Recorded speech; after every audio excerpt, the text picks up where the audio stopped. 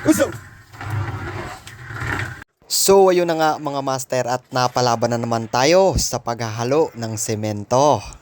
Bago tayo magpatuloy, Sana All TV nga pala mga master, ang vlogger-vloggeran dito sa New Zealand. Sana all.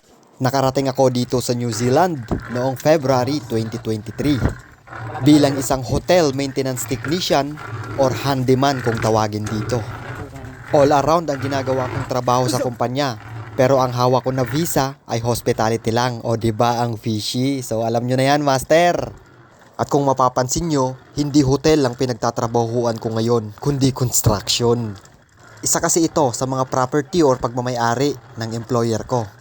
Kaya ipinapadala nila ako rito kasi alam nila na pang all around talaga yung kakayahan ko. Sa mga master ko dyan na nandito sa New Zealand, alam nyo nang bawal to. Breach of contract ang tawag dito. Masyadong mahaba at baka abutin pa tayo ng susunod na taon kapag ikinuwento ko ang kanilang mga ginagawa.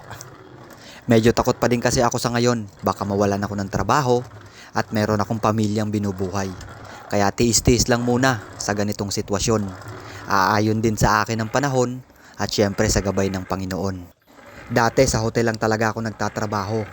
Pero nung nalaman nila yung mga kakayahan na meron ako, kung saan-saan na nila ako ibinabato. Dahil naniniwala rin sila na matatapos ko yung trabaho. Pero ganun pa man, hindi ako nagre-reklamo. Mas mainam na to kaysa mawalan ako ng trabaho.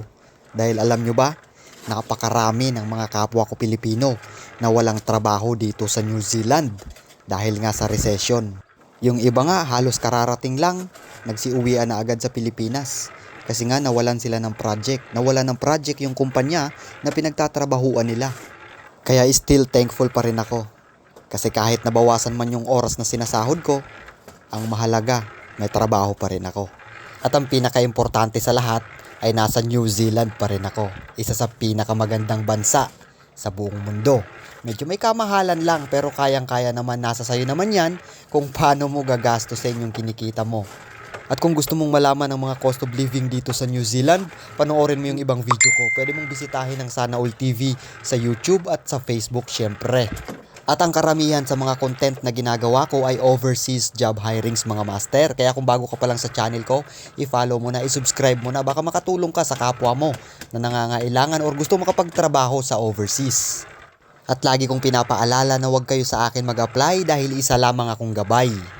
At dito na nga magtatapos ang ating maiksing kwento mga master at maraming salamat sa inyong panonood. Siyempre, Sana All TV, Master Vlogger, ang vlogger-vloggeran dito sa New Zealand, laging proud Pinoy at pusong Pinoy.